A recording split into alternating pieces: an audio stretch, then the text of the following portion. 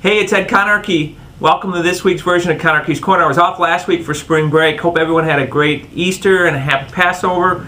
And I wanted to come to you this week after reading an article that I picked up last week on spring break. I was reading the Chicago Tribune, something I don't get to do all the time. So being on spring break, I was able to peruse through it, and I found this in the retirement section of the Tribune entitled, "Most Americans Are Not Saving Enough, But They Think They Are for Retirement."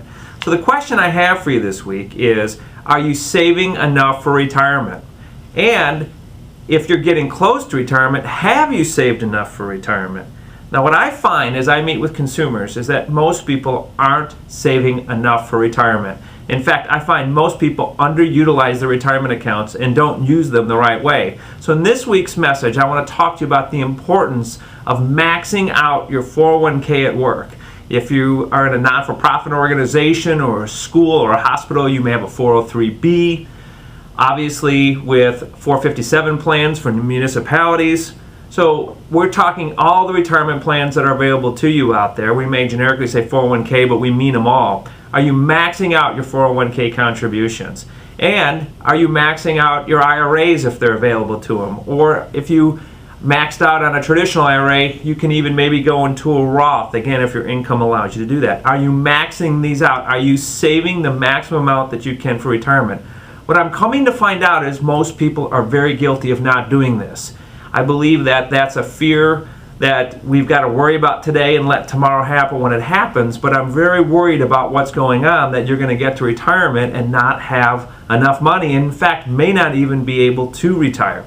And I'm going to give you a case study that I found pretty amazing. I met with a couple and we went through their numbers, and I found it pretty amazing because they were doing what a lot of people do. They were working very diligently on paying off their mortgage. They had a 15-year mortgage with a payment of $2,200 a month and working very hard to do that. Now, this couple had a tough year in 2009. She was off of her job for a couple of months, and he didn't have the best year being in retail and didn't make the same numbers that he had made in 2008 and in 2007.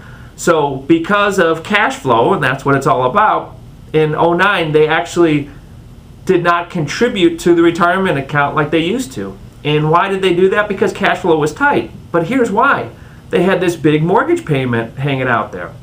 A $2,200 mortgage payment that they have to pay. They don't pay it, they lose the house. So they had to do that. But what we did when we met them, we looked at everything, we believe the first thing that everyone should do before anything, before you pay a bill, is max out. Pay yourself. Max out your 401k contribution, your retirement plan. And what we were finding out is that they weren't doing that in having enough money because they couldn't, because they needed to have enough money to make that mortgage payment. So what did we do? We looked and did a whole proposal. We totally refreshed their way of looking at this, and we said, stop being focused on paying off your mortgage and be focused on contributing maximum to your retirement account so you have the maximum amount of money at the time you retire. What did we do? We reanalyzed everything, and now we've got them down to a mortgage payment of only $1,200 a month. We have freed up $1,000 of cash flow for this couple so they can contribute that $1,000 right to the retirement account. There's $12,000 right there before we look at anything else that will go into their retirement account so that it will grow and compound. And here's the thing that where the light bulb went on for him, as he said, is that what they were focused on is just becoming debt free. Think about that. We've heard that for so many people out there, just to get to be debt free, how great that would be. There would be no debts. And in this case, their focus was the mortgage. In 8 years, we'll be mortgage free. And I asked him, and I said, okay, so what does that do? That means that you don't have a mortgage in 8 years. What does that get you? It doesn't get you anything. Congratulations, you don't have a mortgage, but the problem is you don't have any money because you didn't save for retirement. And now what are you going to do when you have money for putting a kid through college or getting to retirement or helping an aging parent? You're going to go back in and refinance the house to get the money that you put in out to be able to pay for those expenses. We don't need to be debt-free at retirement. We need money when we retire. Very, very important thing to understand. So what we're teaching everybody and what I offer to you is a free review and analysis of your situation to find out, are you doing the right thing? Are you maxing out your retirement contributions? And if you're not, let's look at it and try to determine how we can do that. That should be your number one goal. Get to retirement with money. Don't worry about the debt. Yes, we've got to make sure we don't abuse the debt, but the debt's not your issue. We don't want to teach people how to become debt-free. We want to teach them how to become wealthy.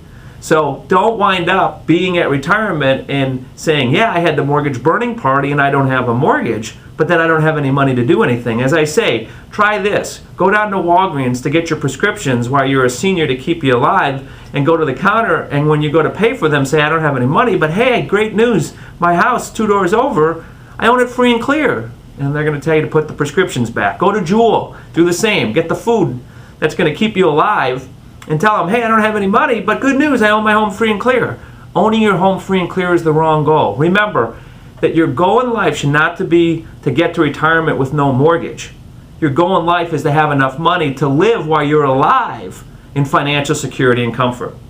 So really important. I'm going to attach this article to it, the Chicago Tribune article, through some unbelievable, sobering statistics out there, that 27% of Americans that were surveyed in this have less than $1,000 saved for retirement. Another 27% have less than $25,000 saved for retirement. So 54%, if we combine those two together, have less than $25,000. Another 23% say they have less than $100,000 saved for retirement. So 77% of people surveyed have less than $100,000 for retirement. We can help with this number. It's a sobering number. People that are very confident about their financial security in retirement, only 16% said that they're very confident. Well, we can help you with it. And what we're finding are people are doing the wrong thing, obsessed at just getting rid of the mortgage or just getting rid of debt, and not understanding where the importance is, and that's creating wealth. Because what you need in retirement is not having a mortgage payment. What you need is to have money. As we like to always say, not having a mortgage is little consolation when you don't have income and you still need to put food on the table, pay for medical expenses, pay the utilities on the house, pay the maintenance and upkeep of your home, and pay the property taxes and homeowners insurance on your house. What you need is money in retirement, not just not having a mortgage payment. So let us help.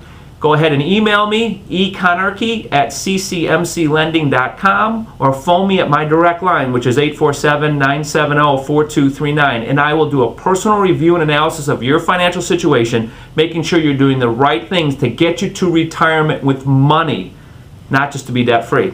Hope this is helpful. I'll attach this article, the Tribune, with it so you can read the sobering statistics that opened my eyes up to it, and I look forward to helping you get to retirement with money.